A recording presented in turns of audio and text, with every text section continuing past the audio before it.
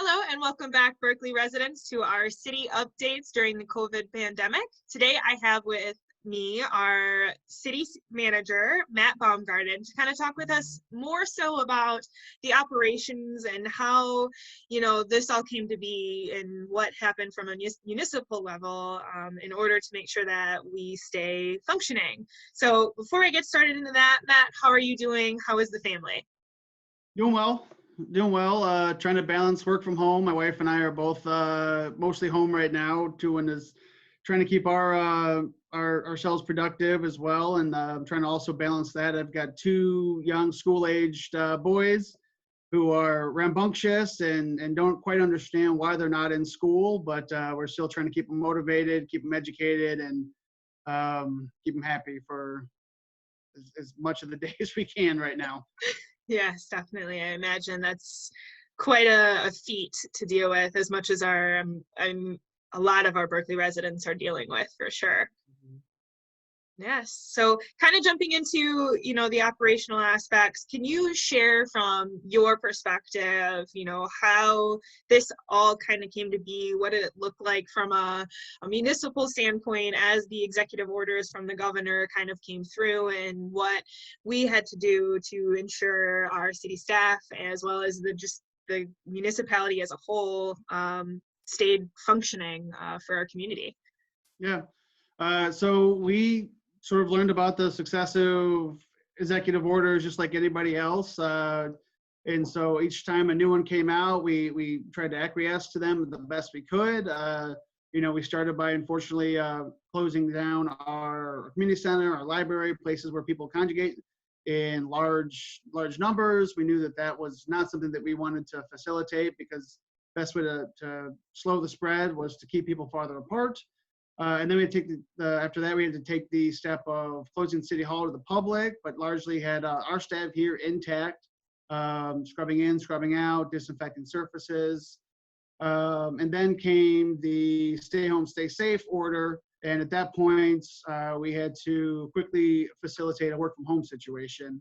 But for the most part, residents would have never have known that, because our fantastic tech team here, led by Stan, kept us functional the whole time. So people took home laptops that normally may not have been taking home laptops. And despite the fact that local government was largely considered to be an essential service, we still understood the spirit of what was being said. And so anybody that was able to now has started to do their work from home. And so I keep saying all the bells and whistles are still going at City Hall, but they're all being controlled from home offices across Berkeley and its surrounding communities, as our staff works remotely, but still harmoniously to keep the services going. Oh, and that's definitely great. I'm very blessed that we have such a great tech team, and Stan as our Chief Innovation Officer in order to get us set up for that. Could you kind of share any of the initiatives, outside of operational things, what we're doing as a municipality, because I know that there are a lot of circling questions on what we are able to do given the circumstances of a public health crisis.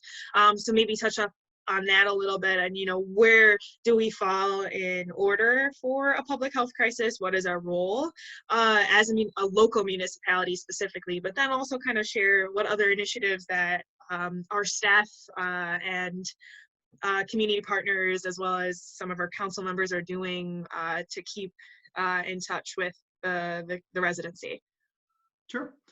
Obviously, we start with the federal. They are the coordinating the national response, and then through the state, and then through the county, and then the local government is the third on that list.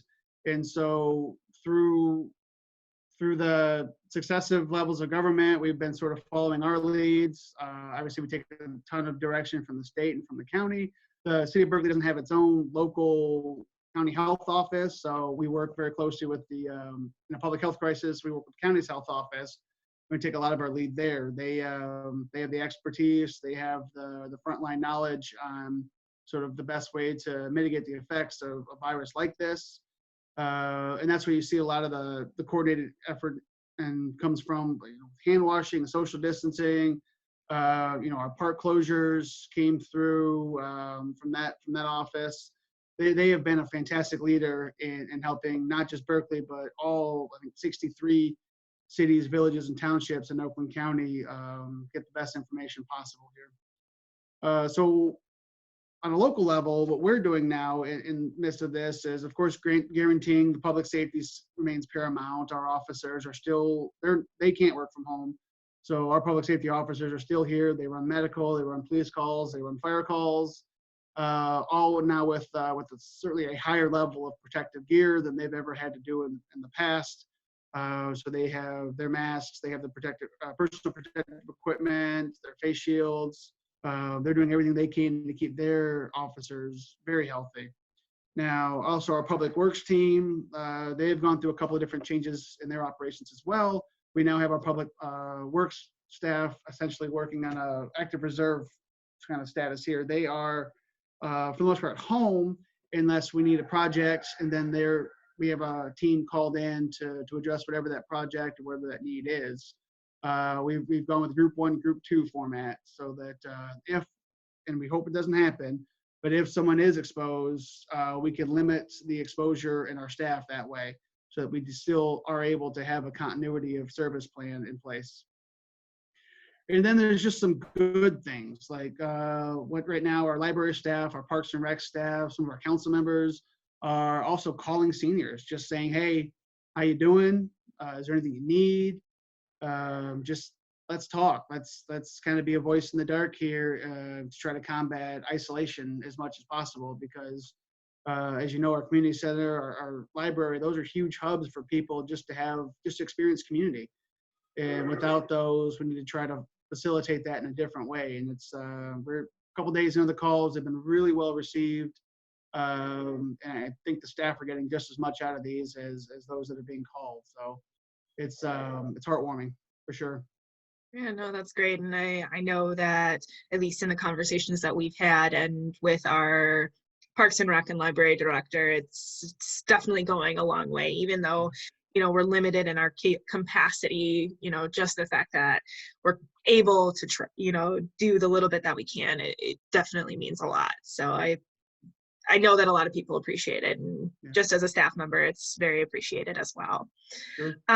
In terms of, from your relationship with council and how this functions now, because, we're kind of shifting, in terms of, administrative duties and powers and whatnot, how are those pieces being spliced together, in terms of keeping information fluid, as well as making sure that we get information out as quickly as possible and ensuring those sources are up to date and accurate as possible? It's a foot race, there's no doubt, because the only thing faster than information is the people's want to have it in hand. And so we have basically, it's constant communication for us. It's those upper levels of government. We stay with Oakland County Homeland Security, Oakland County Public Health, the state as much as possible. We keep up to date with those as fast as that information comes out. We then turn it around, figure out what's appropriate for Berkley residents to know, what specifically addresses some of the situations that we've seen, and then we try to get it out there. What that means sometimes is that you've got update 1, update 2, update 3, and sometimes with information that doesn't match what prevailing mentality was the day before, but it was true at the time, and tomorrow could be a whole different world. I mean, we saw that when you think about how fast this has happened. Here we're talking right at the end of March. We only had the first cases less than 3 weeks ago, and just look at how much different our world is and how much information has been put out, and then said, okay, well, that wasn't exactly the best way of saying it, so now we're going to take this next step. It is an absolute foot race. I'm really appreciative of you as our communications coordinator and working from City Hall, working from home, all hours of the night.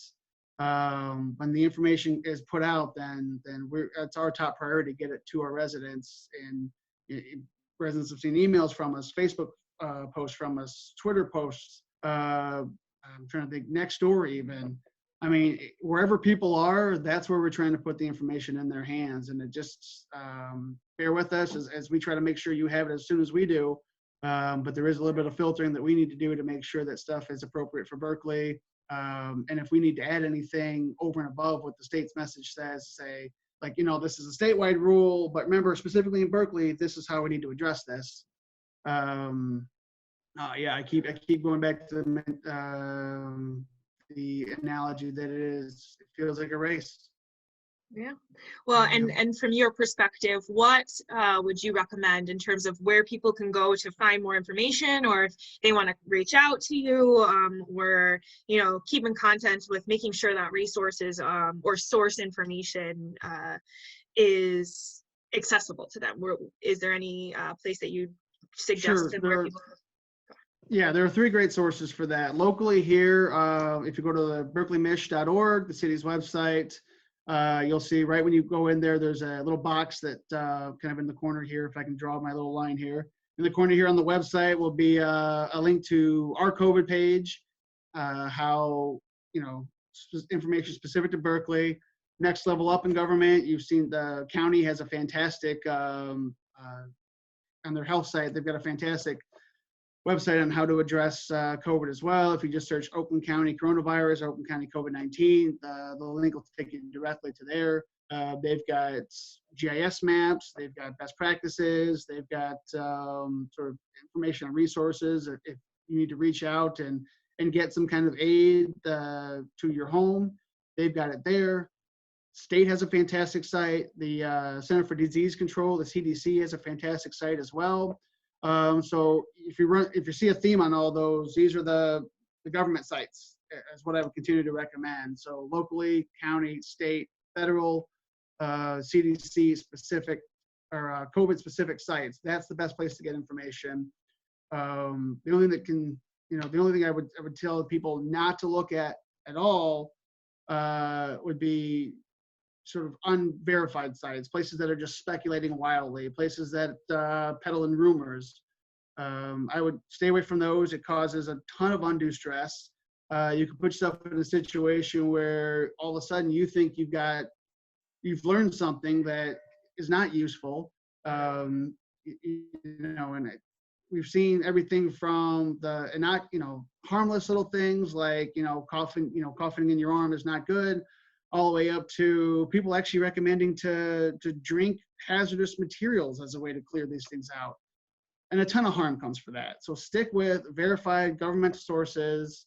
That'll give you the best information you can. That's reliable information. That's vetted information. And stick with those sites. Don't start seeking alternate internet information. Yes, well, good advice. And thank you so much for your time. I don't want to keep you because I know you're pretty busy.